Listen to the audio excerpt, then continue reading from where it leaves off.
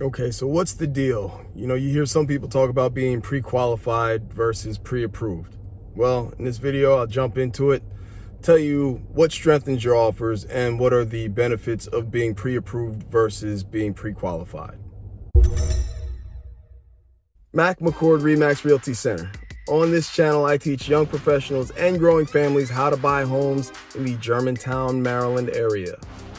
I put out weekly videos, so make sure you stay tuned. Holler at me.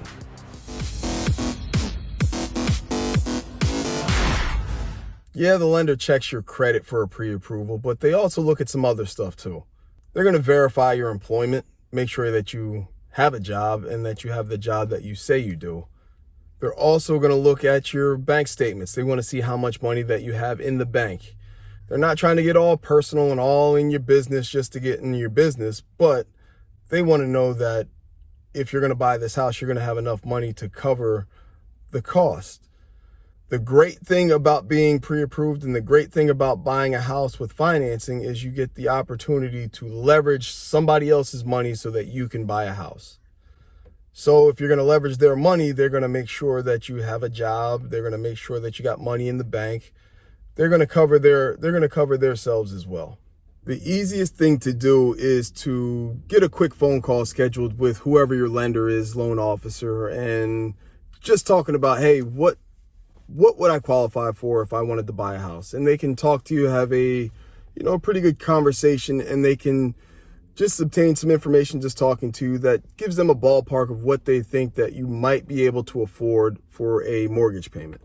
Now, you could take it one step further and submit some paperwork and get that pre-qualified status turned into a pre-approval.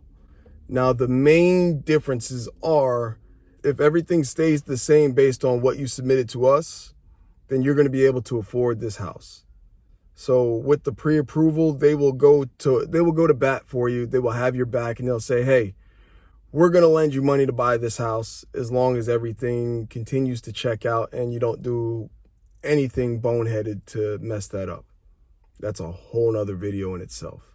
So submitting some paperwork, it might be worth doing that as opposed to just getting pre-qualified, which is just a phone conversation. Where it really differentiates itself, it really strengthens your offer when you have a pre-approval letter versus just being pre-qualified. The reason being is because it says that you've talked to the bank and they said, yes, we'll loan you money as long as you're not a bonehead. You don't mess it up. So you've already submitted paperwork and the bank said, yes. You can take that letter and immediately you can go house hunting, find a house and put an offer in. If you're just pre-qualified, you can't do that. If you're pre-qualified versus pre-approved, you're going to have to go back to the lender and submit all the pre-approval paperwork anyway. So you might as well get that out of the way now. Get it out of the way as early as you can and put yourself in a better position to write an offer on the spot when you see the house that you love. By doing this, it can also save you some time. The pre-approval process is usually pretty straightforward and it's usually pretty fast.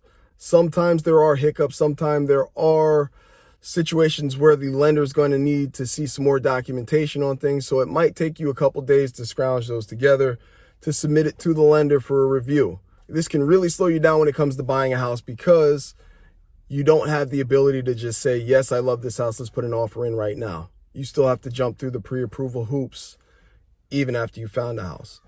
So as an agent, I always tell people, get pre-approved before you go house hunting. Save yourself some frustration, some time, and some anxiety because you're going to see houses that you love and you want to put an offer in.